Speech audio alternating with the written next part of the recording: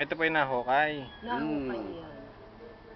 Inchik yata ito. Inchik na. Sabi nila, anong panahon pa, ganun panahon pa ng kanila. Eh, kala mo nahukay ha? Ang tanso, ito'y tanso. Tanso talaga.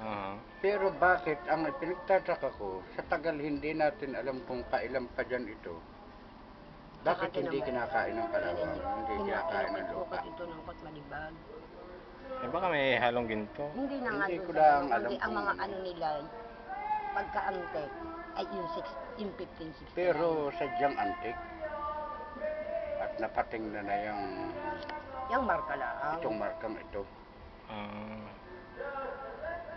Ano ba? Ay, tinan nyo ito, baby. Oh. Yung ginaganyan na interior at ibalibag eh. Ayan.